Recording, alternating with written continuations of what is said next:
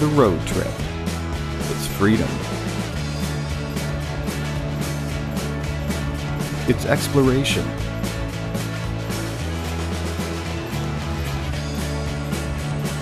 It's about new experiences. And this road trip has been brought to you by Pioneer Bonus Bucks.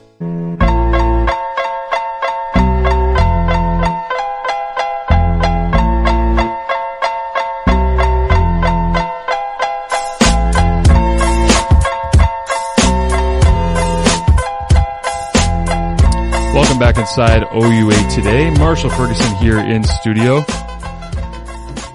Pretty busy weekend of OUA action as we just covered in the starting five, and now we want to jump right into an interview because we're a little bit behind with somebody who played a major role in one of the upsets that happened over the weekend. Kat Tsofias. Kat, how are you? Hi, I'm good. How are you? Doing well, thank you. I know it's an early morning. Is it as cold in London as it is here in Hamilton? Yeah, it's pretty cold. I'm in Toronto for the weekend, though, and it's cold here. Yeah, I think it's cold across the entire OUA right now, but you're able to keep yourself warm with a win over the weekend when you were down here. Yeah, that was great. Yeah, I imagine. Paint the picture for me a little bit about how you were able to come in here and get a win. You were 7-11 going into the matchup against a team that was pretty highly ranked in McMaster. How were you guys able to pull off the win? Well, yeah, we've just been growing as the season's gone on, and the last time we faced McMaster, they did beat us, but we took it to 5 sets. We were up 2-1 on them, and we almost won the fourth. So we were pretty confident going into the game. We were excited to see what we could do, and we just played with no pressure and just saw what we could do out there. I feel like that's a situation when you're going to games like this. Sometimes, I mean, I was talking to a couple of girls on MAC, and everyone in the OUA in every sport, they do film. And sometimes it's like, if you overanalyze everything, you just don't go out and just play. And it seemed like you girls just went out and just decided to just play. Exactly, and we did our fair share of film as well, but it was, for a lot of us, it was our first playoff experience. We have a pretty young team, so we were all just excited to get out there. All week we were saying, like, we wish we could just fast forward to Saturday at 7 and get on the court already. That's great. What was the main game plan going out? Because you guys are a young team. You're battling a team like McMaster, who's very large through the middle. You got Macy Sorensen coming back, which probably wasn't too expected after breaking her finger and expected to be out the rest of the season. What was the game plan coming out against McMaster? For us, we know that their middles are their strongest players, so our game plan was to serve tough to make sure that keep them out of system as much as we could.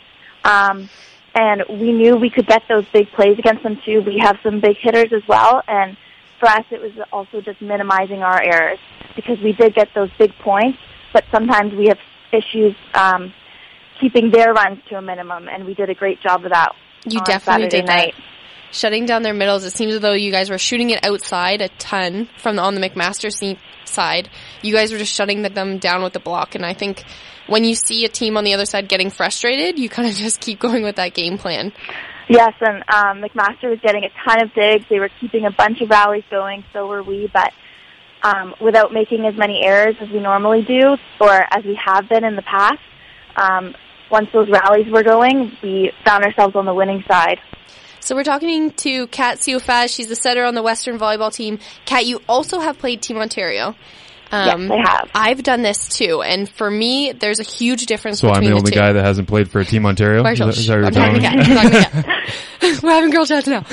What do you find is the biggest difference between Team Ontario and OUA? Well, Team Ontario, I played for 3 years through my club seasons, and well, I think like the OUA is different because you're playing with girls who can be up to 5 years older or younger than you. So you're playing with a much wider array of players who have seen a lot and played in a lot of different experiences. So, like, I remember coming into my first year at Western, our 5th year right side, Steph Kruger, was a big influence on me and a big leader on the team, and I just love being able to play with so many, like, a wide array of girls. That makes me feel so old because Steph was on my Team Ontario team. I was going to say when you talk That's about playing against people that are 5 years older, it's like playing against Laval. Yeah, oh my Yeah, god. it's the same thing. See, No. Okay, Kat, when I was coming out second year, I was playing against Laval. I've never been happier to be a setter in my life. I'm standing pushed up at the net, in our serve receive, and we've got this girl on the other side. I don't remember her name. She had the fastest recorded... Jean-Francois, I believe. Probably. Yeah, no, that's what it was. And she had the fastest recorded serve on the beach in the world. Whoa. Oh, my goodness. And I'm just standing there like, okay, guys, like, let's just get it up on the attack line. Like, you got this. Just keep anything alive at that point, Yeah, right? so... Yeah, being on the court when you're a first year can definitely be nerve-wracking. Yeah. I remember it from last year. For you and for every other setter out there, it's my understanding that setters are kind of that sense of calm. They're that quarterback on the team, and it's a huge mental game. So in times of ups and downs and that emotional time, you kind of have to keep that calm. When you were nearing the end of that game and kind of the butterflies were going and you were getting really excited, but you know how quickly volleyball can turn, did you feel like you were able to keep that sense of calm and just keep your girls' heads in it until it was over? Well, in the fourth set, we were up quite a bit towards the end of the game, and then McMaster had that big run with Macy serving. So as the game went on, we did get a little nervous, but sometimes as a setter, you just need to know what hitters are staying calm and what hitters are confident in themselves and set them. And if a girl has just gotten blocked a few times or she's hitting out, it's like, maybe it's best to set someone else who will be more successful. And we did find a way to do that at the end. Of course, we were joking that we had to make it close. We couldn't just win when we were up. That's the curse. That's the curse of volleyball. Yeah. So going into Final Four, you guys don't get a reading week. Sorry, you're not going away anywhere. Yeah. We get 2 days off. We get 2 days. Oh, there you go. What's your biggest hurdle? What's the next step? So we are going to see U of T. In their home gym. Semi-final on Friday. And of course, they've had a great season. They've only lost one game. And that's a game you need to win if you want to go to nationals, because the top two go to nationals. Mm-hmm. That one game that they lost though was the end of the regular season. So does that give you any recent film to watch and try and pick apart something? Because Ottawa was able to beat them in 5 sets at the end of the regular season, right? Mm-hmm. Well, yeah, we will do film on them, I'm sure, and we'll definitely watch that game, and I'm sure we'll watch how we played against them as well, and try to see where their weaknesses are. But sometimes it's nice to be the underdogs and just to play with no pressure, no expectations, and that was our mindset playing against Mac. So I'm just excited to see what we can do. That's really exciting. When you're approaching a weekend like this, I mean, you have Guelph, Ottawa, and Toronto, all great teams. It's kind of like, well, you've got to beat them at one point or another, so might as well start with Toronto, right? Exactly. It could happen. Yeah. Last year, we were lucky to beat Toronto in their home gym, so I have all the faith in the world in you. Thank you. Yeah. It is possible. Moving forward, as you said, you're going to have to play against Toronto. There's also Ottawa is there, which might set up an interesting rematch between Ottawa and Toronto at the OUA Final Four. And it's going to be at Guelph, who beat Brock to be able to host. What has your experience been this season with Guelph?